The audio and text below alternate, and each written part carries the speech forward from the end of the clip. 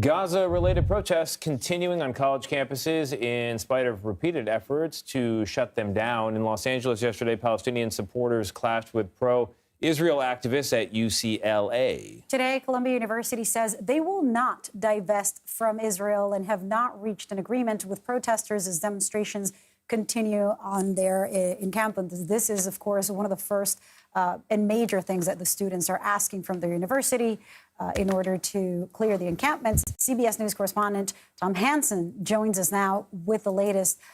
Tom, great to see you here in New York covering this. Talk to us about what you've heard and where does the relationship between Columbia University and students stand today? Hey there, Lilia. Well, I think the word to use here is tense.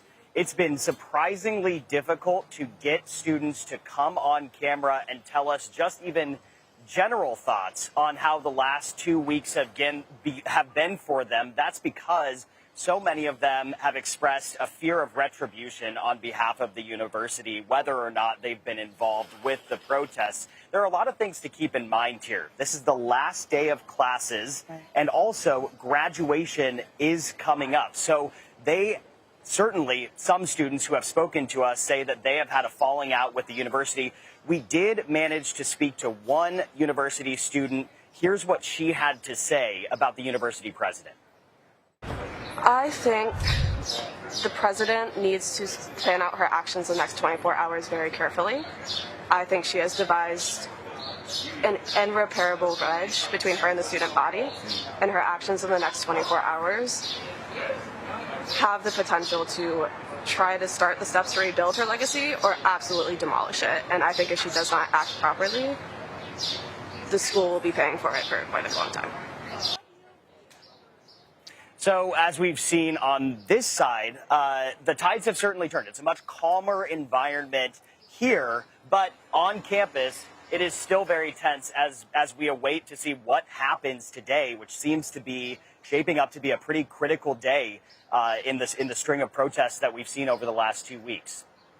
Tom, the protests are there wearing a mask, I presume not because of COVID concerns or spring allergies, but because they're worried about their futures. And speaking of their futures, Columbia says that they're going to evict members of the protest encampment by 2 p.m. And if students do not leave by 2 p.m., they could be suspended, barred from campus. So this is where the president of Columbia's future may be on the line. But for some of these students, should they care about that sort of black mark on their record, if it would even matter, linger, who knows how this would play out, that could affect their futures. So what do we know about the bargain on the table, which is not much of what the students were bargaining for at all? Yeah, you're absolutely right. You're putting a fine point on it, Tony. Well, there has been an alleged document that's been circulating amongst people who were in the encampment or still are in the encampment, warning them of what you just mentioned, that students could face severe consequences if they do not vacate the campus by 2 p.m. today. They are also allegedly, because we have not been able to confirm the authenticity of this document, but they are allegedly being asked to sign an agreement, and that will extend through, I believe, June of 2025, June 30th of 2025. So if that is in fact true, which we've seen this, we actually have a hard copy of it, but we have also seen it on social media, then today is the line in the sand for students to vacate.